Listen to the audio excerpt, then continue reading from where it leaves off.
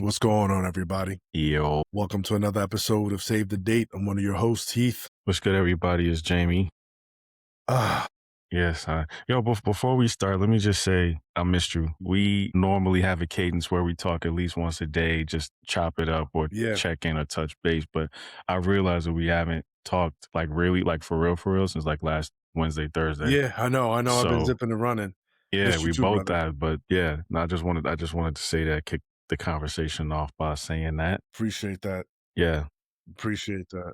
It's actually kind of relevant to what we are going to Yeah. talk about today. I think more men need to one be open about their feelings to their brothers and the men in their Mm-hmm. life, Mm-hmm. whether it's good, bad, or indifferent.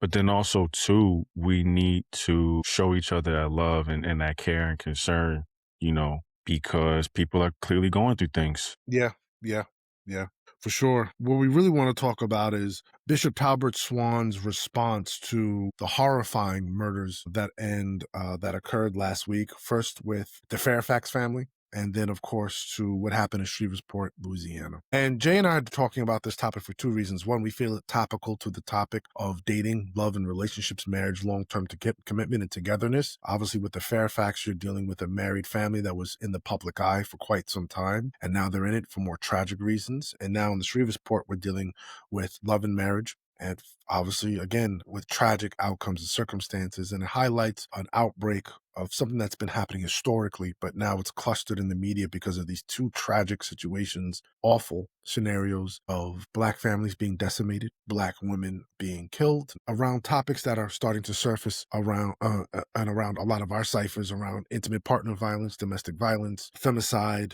aggression against Black women, and these internal destruction of the Black family. So what I mean by internal is obviously it's a person who's a part of that family unit who then places the other members in that unit under siege, and this happened. So yeah, thank you, brother. I missed you too. And I say that because I think it's important, because there's so many ways we can talk about these issues. And we wanted to highlight a comment from Bishop Talbert Swan, who wrote a lengthy, no, I don't say lengthy, Twitter about the women's lives who were lost, and some women who've lost their lives outside of just Shreveport. There's been a couple of rash killings. Tammy McCullum, Monica Scott, Nancy Blair Bowen, and Serena Fairfax, who was the wife of Justin Fairfax. So I'm just going to read what he wrote. We'll post the link. Jamie has it here. I'm going to read it off my screen, but it's here for those who are watching video, and for those who are listening, here we go. In the words of Bishop Talbert Swan, he wrote, what we're witnessing is not just a series of isolated incidents. It's a crisis we cannot ignore. In just days, we've seen Black women lose their lives at the hands of men who once claimed to love them. And in Shreveport, we saw something even more horrifying. Black children murdered and Black women shot in an act of violence that should shake the conscience of every one of us. This is not manhood, this is pathology. It is a sickness of patriarchy, the need to dominate, obsession to control, the inability to resolve conflict without violence, and the sick belief that a woman's life is disposable when a man's ego is wounded. And far too often we look away. Malcolm X told us plainly, the most disrespected person in America is the Black woman. The most unprotected person in America is the Black woman. And if we're honest, the lack of protection is coming from the very men who should be standing in the gap. We cannot keep blaming systems while ignoring our own behavior. We cannot keep protesting injustice in the streets while excusing it in our homes. We cannot keep calling out white supremacy while being silent about the violence happening in our own families and communities. Black men must hold other Black men accountable, not privately or quietly, but clearly and consistently. Because protecting Black women is not optional, and protecting Black children is non-negotiable. If we don't confront this, we are complicit in it. Enough is enough. Very powerful words from Bishop Talbert Swan. And we're offering this up not to critique what he said, but to use it as an anchoring text for us to explore this issue, because this issue is pregnant with a lot of challenges, realities, truth, and pain. I think one of the biggest challenges we've had over the last 5 years, accelerated during COVID, is the rise of the manosphere versus feminism, digital feminism, and what men are saying about women, women are saying about men. This issue extends far beyond that. This is about death, murder, betrayal, the loss of precious lives for incomprehensible reasons. And it's important for us as a dating and a love and a relationship podcast to address this, because most people will say, get married. You've heard us say here, if you want a long-term relationship, a long-term partnership. Yet for many people, they'll argue, get in a long-term partnership for what? Because is this waiting for me on the other side of my no? If, as Beyonce said, the first time I say no, it's like I never said yes. I have labored with you. I have served you. I have helped you. I have loved you. I have put up with everything from dirty socks to dirty text messages from other women. And the moment I say no, is my life forfeit in your eyes? You're asking me to participate and get married, but am I integrating or participating into my own death? Am I integrating into a burning house? Yeah. And these are real questions that we have to discuss. Now, Jamie and I will caveat, we are not clinicians. We're not pastors. We are not qualified to have deep clinical dialogue, nor do we think this moment calls for that. I think this is a moment of grieving. This is a moment of reflection in the midst of our shock and our awe and being horrified.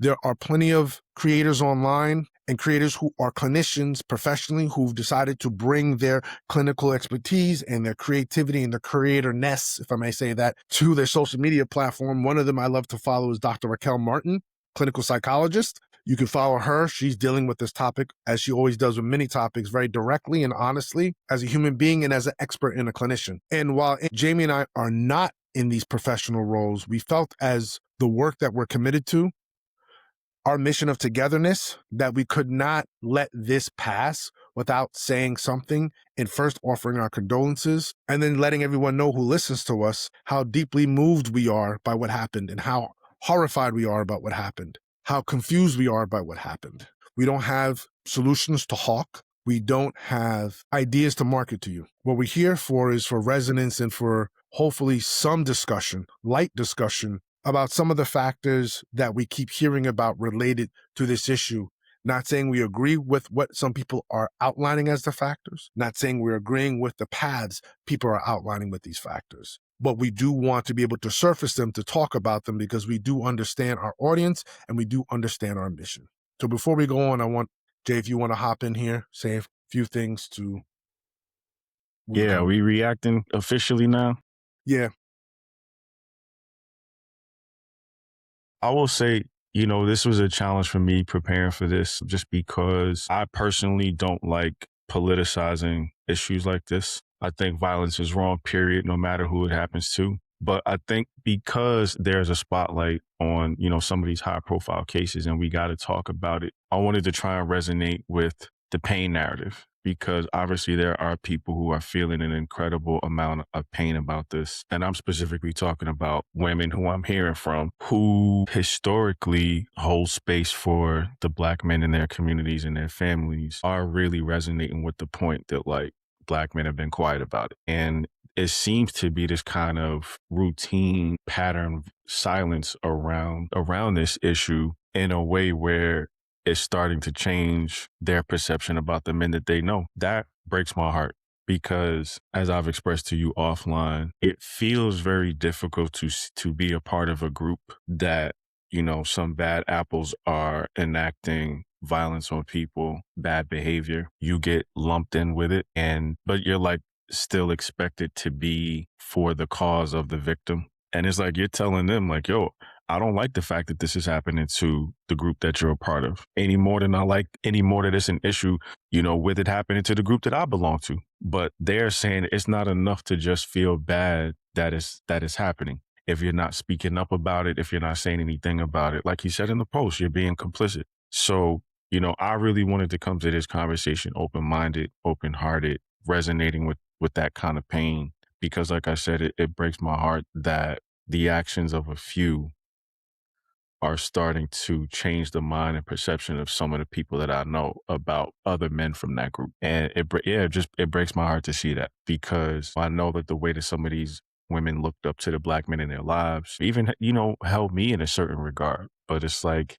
to hear them voice the pain of, like you talked about, if I say no, if I'm not on board with your program, or if I'm not talking about submission to what you got going on, is my life on the line? For them to feel like they can't show up authentically or their life might be taken, there's nothing good about them having to feel that way. Yeah, I will start by saying that. Thank you for sharing that. And thank you for reaching out. I think so many times people don't reach out during incidents like this. I reached out to some friends during October 7th of Jewish descent who are Jewish. Yeah, I've Mhm. reached out to other people when other incidents have happened from their particular group because I know what it's like to be in a George Floyd, Ahmaud Arbery situation. I know what it's like, to be in a Sandra Bland situation where whether Sandra Bland or Breonna Taylor, and you're wondering what's going on. And it helps when people from outside that group sometimes reach out Mhm. just to check in. And so I've reached out to check in with other people when their groups are going through something that is harrowing and harrowing on a spectacle level where there's so much media attention and focus on it. And you feel like you can't get away from it, Get away from. right? In your news cycle, your scroll cycle, or in your intimate friendships and networks. So kudos to you for reaching out and touching base and checking in with friends. You know this was cooking in the group chats. You Yeah, know this was percolating in the yeah. group chats. I reached Yeah. out to some Black women friends of mine to see how they're dealing with it.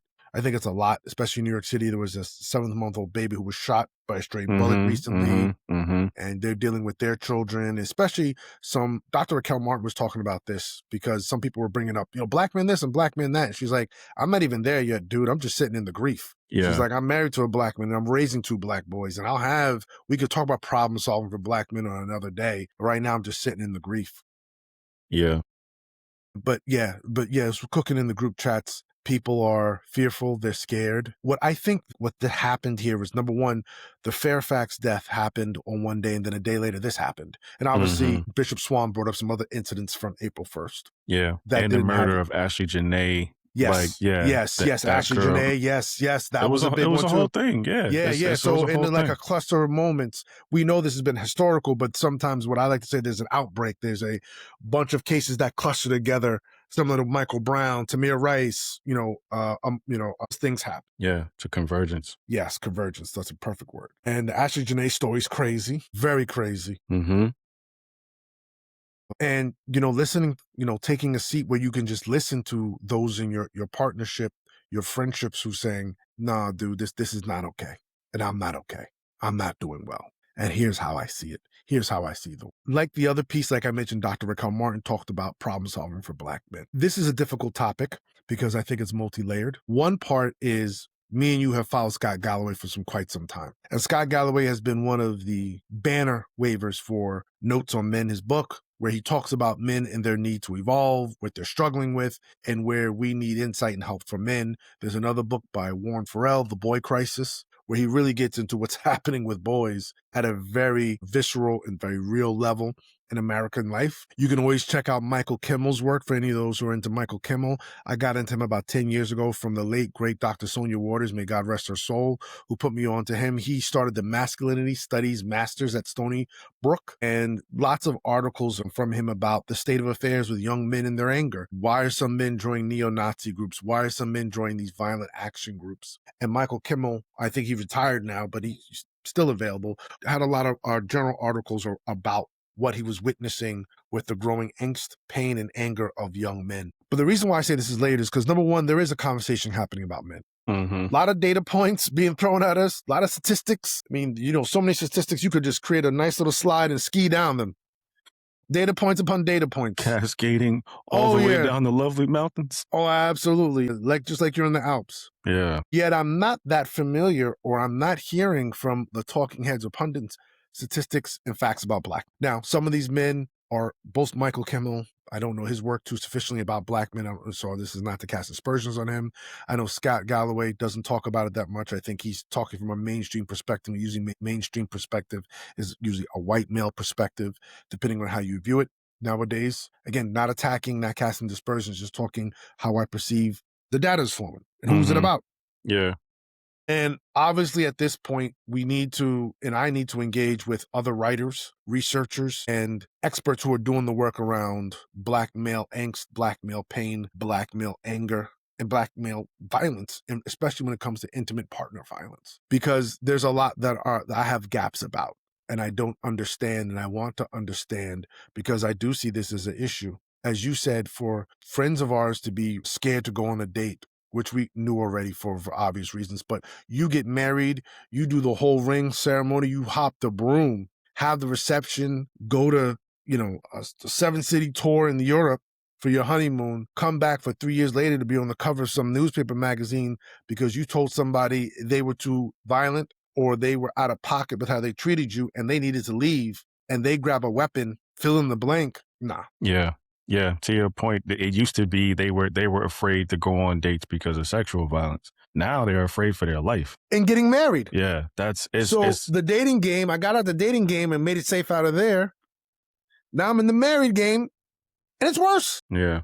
Yeah. Or you have instances of people trying to learn how to grape their wives. That came out recently too. With the Yeah. Grape Academy that CNN exposed with over 62 million views in 1 month. And Yeah. I mean, the numbers were skewed, but still, like, I just, mean, 20,000 pieces of sleep content where you can grape your wife while she sleeps. yeah. This is also Giselle Pellicot's story, a brave woman from France who took her husband and her neighbors to trial for graping her while she slept because her husband had a whole cottage industry around graping her and inviting men to come over and grape her. 50 men in total, and they all went to prison. Shout out to France's, I would say progressive, and I hate to say you use that word progressive, but court system where Yeah. For you can getting in actually front of that. get in front of that and Yeah. actually putting these people in prison. Yes. Indicting them and convicting them properly, Yes. accurately. Yes. Yes, and Giselle Pellicot's bravery. And so this is what the case is. You hear a story like that, and a man that you trusted, someone you built life with, is making you the target for some heinous and vicious,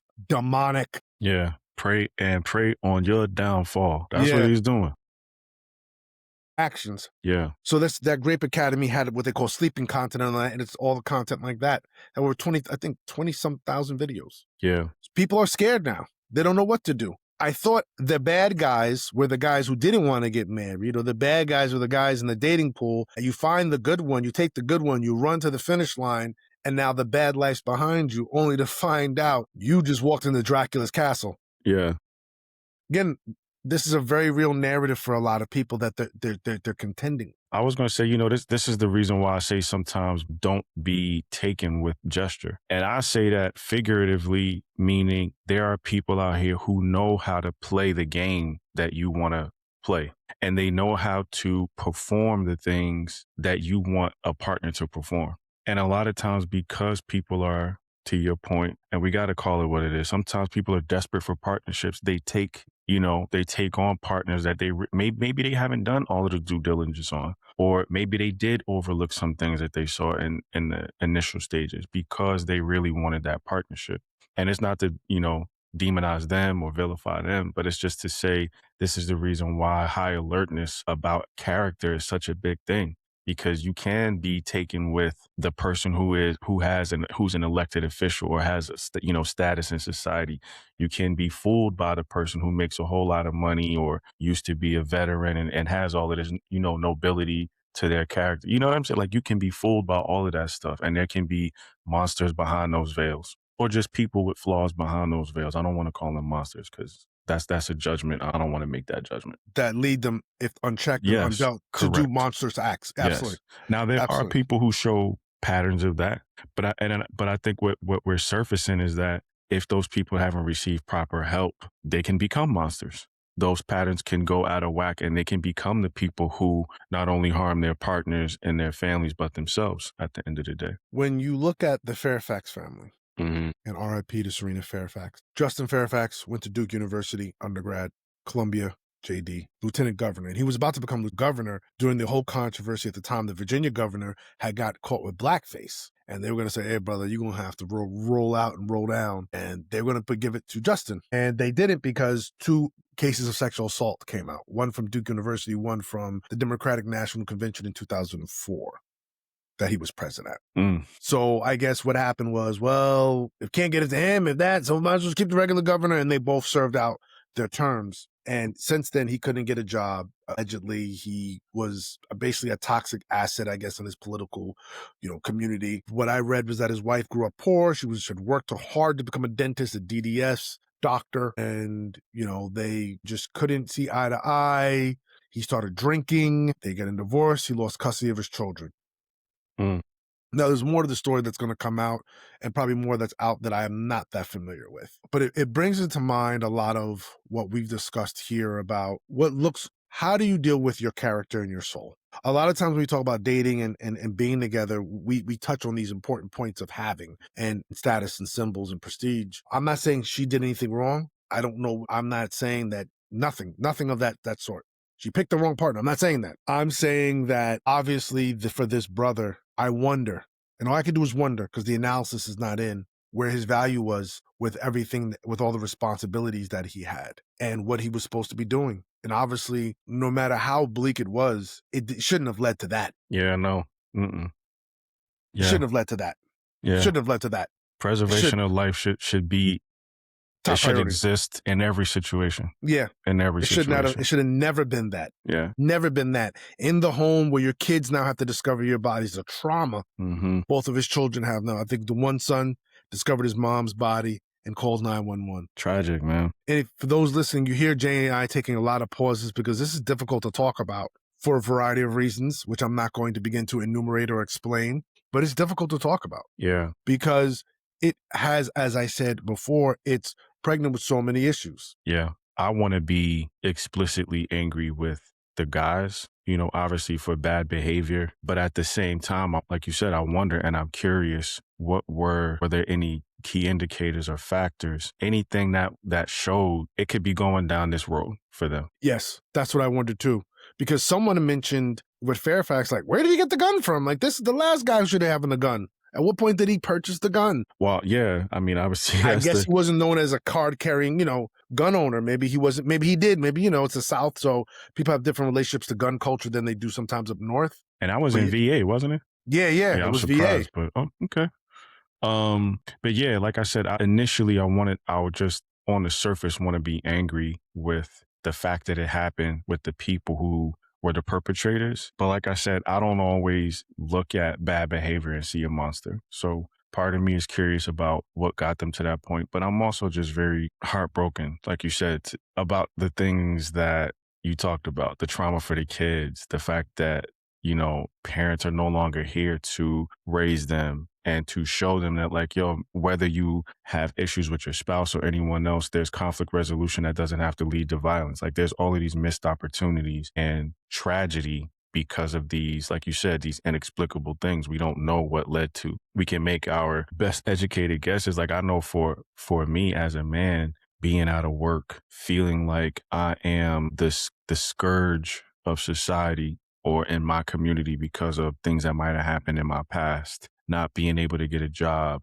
Obviously we know drinking is a heavy key indicator of, what spurs violence and creates violent behavior. So it's like there's all of these things that we know, but we can't make anything out of it because the lives are lost. There's all of these missed opportunities to have honest, impactful, and effective dialogue around it because the lives aren't here anymore. And to this bishop's point, it's almost like you want to sound an alarm for this incident and call it a crisis so that it raises the level of awareness that needs to happen, so that it raises the level of energy and effort and investigation that needs to go into preventive measures that can be taken to stop things like this before they happen, to address certain behaviors like this before it comes out to this. But where do you start? Where do you start? Because like you said, you don't really know what led to this. I mean, in the Shreveport example, the gentleman shot the woman, went to another house, shot all 8 children, then stole a car at gunpoint.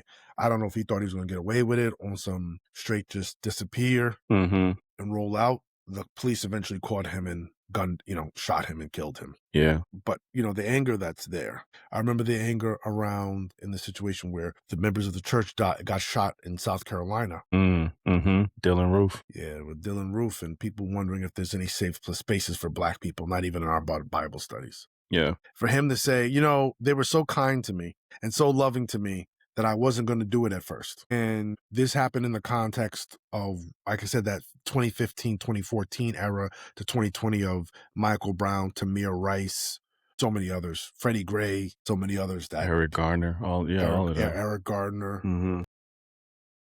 Yeah. So, that was a big one too. Yo, can I say wait, I wanna let you finish. No, no, no. So, like you said, what led to this and what would drive this? You please jump in. I was gonna say, I feel a need to express this, although I don't know what the resolve is. Part of me feels very insensitive, desensitized in a way, and I'm kind of wrestling with what that is because I know that, loss of life is wrong, is evil in this way. But sometimes, bro, I really feel like I'm so inundated with death and destruction and doom and gloom Mhm. and negativity that I wasn't able to grieve this to the levels that I see some of these other people are grieving it. You're not the only one. One of my, like I said, women friends said that.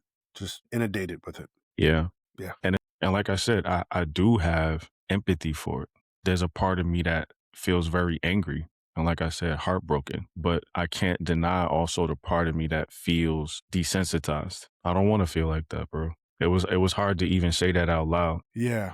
That's a heavy statement I know. to tackle on at the end of this conversation. There's a lot to unpack there. And I think we may have to roll that into another episode conversation that we can make just that topic the focal point.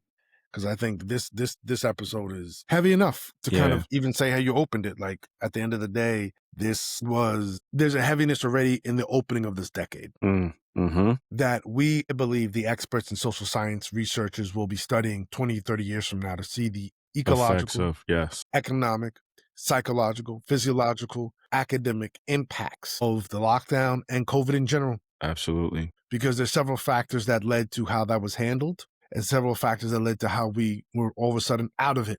No, we're not talking about it anymore. We're done with that. And those kinds of extreme on-off switches of being in and being out really aren't, I think, great for the human experience and the human brain. They're not. Mm-hmm. And then you add on wars, rumors of wars and wars, major Economic political, hardship. yeah, and political hardship, Mm-hmm.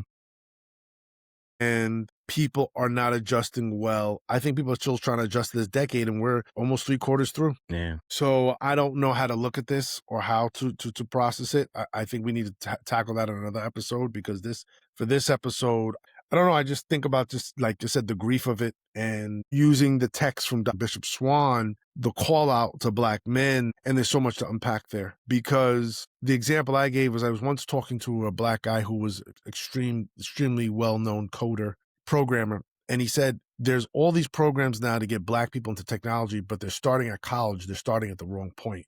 They need to go back to middle school. And I think about that when I think about some of the problems that are plaguing the Black male experience in America in 2026, which is some of the issues around job insecurity, emotional development, emotional maturity, intimate partner violence. We're trying to deal with grown men. And I'm not saying that grown men don't need new protocols. They can't learn new protocols. But I wonder if, like in the example with programming and the math behind programming, we are starting too late. We need to go back to middle school. Mm-hmm.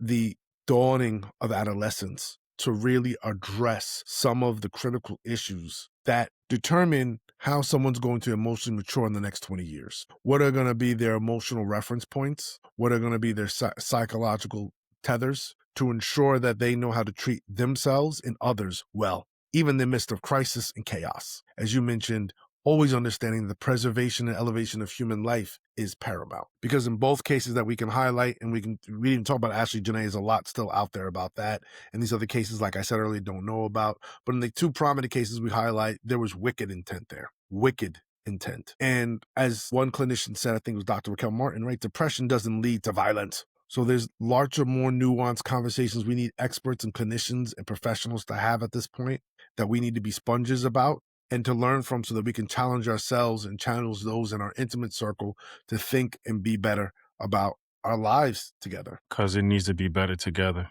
Yeah. It has Yeah. to be, we all want to work on this thing together for each other. I mean, this guy killed 8 children. Right. And now we're trying to be concerned about his mental health. I mean, essentially, we wouldn't be saying that of a serial killer. We'd be saying, well, you got to be, obviously there's something psychologically wrong, and you'll figure that out when you do life in prison. You're so depressed that you murder. And it's in life. And take it, well, one case, take it his own. Yeah. Shreveport, he got apprehended by police. Yeah, Taken police. out by He police. took a car by, he was in, and he tried to get away. And or was trying to get away, whatever that is, and got Yeah. dealt with by the police. I'm gonna end the episode. I ain't got any more left to say unless you do. Well, I just want to make sure you feel like, because it means something to me that we really hold space for who this is really all about, which is the victims. I think we did as much justice as we can with the limitations we have. I believe that we, as content creators, we have to be responsible and understand our constraints. Hmm. And by limits, meaning we're not professionals, we're not clinicians, we're not law enforcement who has an understanding of this type of psychology, of these type of acts. We're not intimately aware of who these people were. At least Roland Martin apparently knew Justin Fairfax, so he could speak from a place of shock, awe, and anger Yeah. that's related to being tethered to somebody. I had someone that I knew through one of my close friends, best friends, was murdered by her partner, and he killed their 2 kids. He killed the 3-year-old and killed the 1-year-old, and they killed himself, all with a knife. The brother of the woman victim and their father of the male victim who killed himself, they discovered the bodies. It was in the newspapers here a couple years ago. Don't know if he had a mental health condition. There was some understanding he did. He didn't. He was on medication. They were getting ready to leave their apartment and go to a new place where he would be a super. And then he does that act. And they had known each other since they were teenage years. Hadn't dated, but they'd known each other that long, and then finally dated and then did life together, had children, and he murdered the babies viciously. Yeah. With a knife is, they say that's a lot different than the quick and painless Yeah, death of a bullet. viciously. Yeah. He was a man of color. Wasn't a black man, was a man. And how destroyed her brother was by this, her family. They were a tight-knit family, and they were destroyed. Imagine that's how you find your sister. Yeah. Yeah. So, I think that this intimate partner violence thing, this issue of men and women, men attacking women in relationships, men unaliving women in relationships is an issue for people. People can say, oh, domestic violence, women 1 in 3, men 1 in 4. And we can get it in it. I mean, in Japan, they say domestic violence is children to parents. Hmm. So, I mean, we can get into all the facts and the figures and the ways it shows up in different societies and have that intellectual highbrow conversation. Right. How it's bi-directional and all of that. Yeah. Yeah. To me, that's not the topic at hand. This is kind of what people used to talk about. Black Lives Matter. People be like, all lives matter. But if you're talking about cancer, we're talking about, the AIDS virus. What about people with Hodgkin's disease? It's like, son, we're at an AIDS event. Like, you wouldn't do that. Yet the co-opting of conversations when people have a group that they feel uncomfortable with or a narrative they feel uncomfortable with. And it's like, nah, dog, there's enough here that it's reason why it's a topic that's surfacing to the forefront that people want to have a conversation about. Well, that's why I said what I said, because I was like, we have talked about the mental health issues as it relates to men. We've talked, we talked about our personal feelings about it, but I just want to make sure we don't do a disservice to the people who this is actually really about, which is the victims. So like, if there was anything else, like you said, we did want to start off by sending our condolences Mm-hmm. to those families and those victims. Mm-hmm. Mm-hmm. And yeah, something has to be done, bro. Something definitely has to be done. Yeah. And we're leaders in the community that can continue to have this conversation and use our platform to have more richer, detailed, thoughtful conversations. And hopefully we can have them. Have people Following, on who are experts yeah, to be able to yeah, talk yeah, about it. Yeah. yeah. And following the lead of the Dr. Raquel Martins and those who are really thoughtful as experts about providing information to us, how to move forward. How to And we as a navigate community this. should support them and lead with them, be led by them, and also compensate them. Because this is labor and this is work that is required for us to move forward. Support local nonprofits that are trying to teach the anti-domestic violence protocols to children and to young men and women. This is where it all starts. Ground zero. Even if it's $100 a year, make sure these organizations are supported. And on that note, this has been another episode of Save the Date. Thank you guys for listening. And if you've listened to the end and dealt with the heaviness, just remember you got to always have places to process your trauma. And we'll put a trigger warning on this episode. I'm Heath. I'm Jamie, yo. Till next Peace. time, guys. Take care.